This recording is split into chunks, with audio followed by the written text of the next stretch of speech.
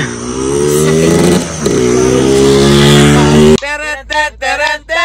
Apa lu?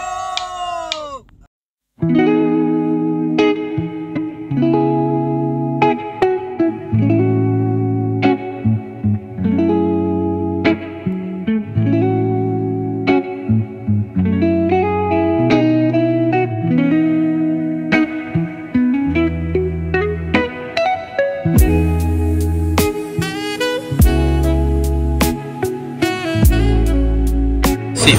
Kari. AI.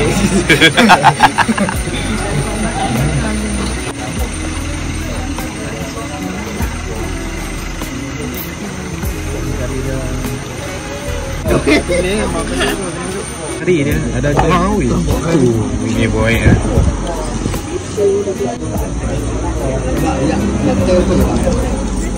Itu kalau macam bau rokok. Ya, tesi yang warna rasa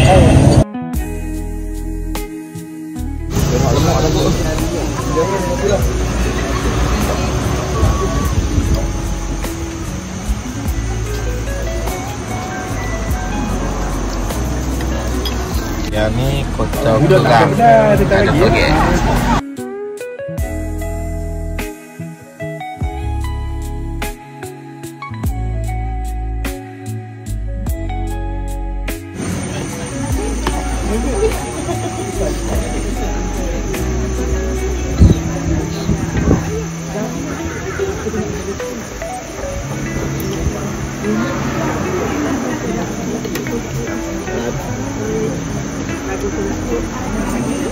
Ngam sữa.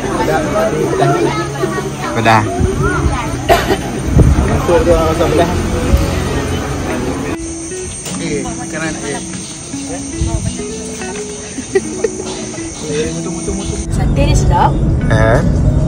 Roti hitam dia mengecewakan.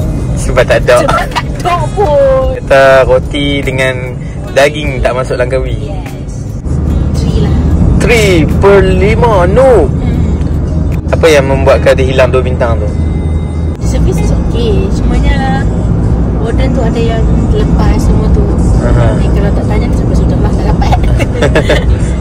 The drinks lah too much sweetness. Kau suka kopi tiam kan? Manis meliciak. Manis meliciak. Gua kalau rasa sate dia tu kena dengan nama dia, warung sate tu kan. Sate dia memang sedap. Tebal elok tapi tak tahu lah berapa ringgit sebab kami just order betul bayar macam tu kan. Dia ayam lemak sikit sebab ni lah bil dia hilang tapi tak apalah nak buat macam mana. Dan benda terjadi kan. Mungkin kalau tak ada bil tu okey je, lepas habak tu mai je ayam tu. Tapi mana elok contoh coklat kan. Rasanya dia memang tak gedekuk sobuk lah. So kalau siapa yang ada coklat tu, make sure you standby Farm Fresh punya milk lah. Tambahan kan, minum setengah betul tambah dengan susu dia kan. Sebab dia tak gedekuk sobuk lah. Hotel dia pedas sikit lah. Siapa yang peminat spicy untuk makan Maggi Sapuan Nazri kan, boleh lah kot. Apa makan kotaro, sebab kotaro pedas lah. Lagi-lagi kalau siapa yang tak minta toge, macam tadi Syam dia tak minta toge, so dia punya tak ada benda yang nak serap pedas tu daripada poncok dia tu kan. 3.9 nu. Okay, ada banyak lagi benda yang kami tak makan lagi. Roti titap lah, apalah. Tapi untuk sate saja saya bagi 4.5 lah. Antara the best in Langkawi lah. Boleh try. Tapi lagi satu lagi, dia boleh compete dengan tu yang dekat E-Burger. Okay. Selalu batu. Limau masih hidup. Limau masih